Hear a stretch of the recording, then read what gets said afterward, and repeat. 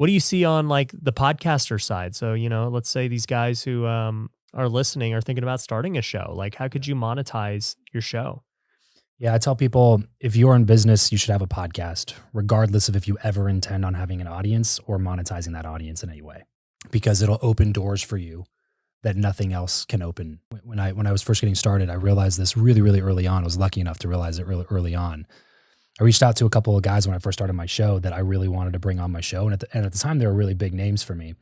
And I had been following them for a little while, and they made complete sense for me to bring them on. And so I reached out, cold email, cold pitch, and I asked them both the same ask. Like, can I get 3 minutes of your time? I have just one quick question I wanted to ask you. I figured it was a really small ask. It'd be easy to get in touch with them. Both of them responded and said no. One of them was like, look, I have run this mastermind group. People pay 30 grand to be in this group, and they get like one-on-ones with me as a part of it. It wouldn't be fair for me to give that to you for free. I was like, all right, fair enough. Other guy was like, yeah, I don't do one-on-one calls, but if you can just, shoot the question back in an email, I'll respond to the email.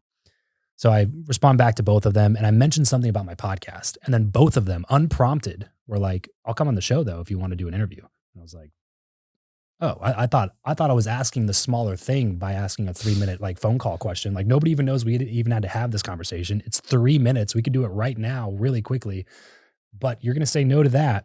You say yes to a 45-minute podcast interview that we have to schedule, sit in front of Zoom for, and I can advertise to both my and your audience that you were on my show.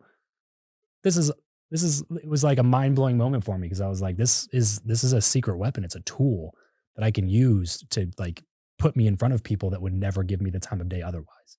And so now you fast forward, it's like almost every single person that I've wanted to get on my show at this point, I've gotten on my show. Even a couple people from like my never thought I'd be able to get them on my show list, right? Like Rob Deerdeck and Shaquille O'Neal, you know what I mean? Like people like, these are like childhood heroes of mine I'm having conversations with on a freaking podcast. Like if it was just like, hey, let's jump on a phone call or whatever, like the biggest reason why people can't connect with the people they want to connect with is they don't have a reason to connect. Right. It's just like, oh, let me pick your brain. It's like, it's not a fun activity.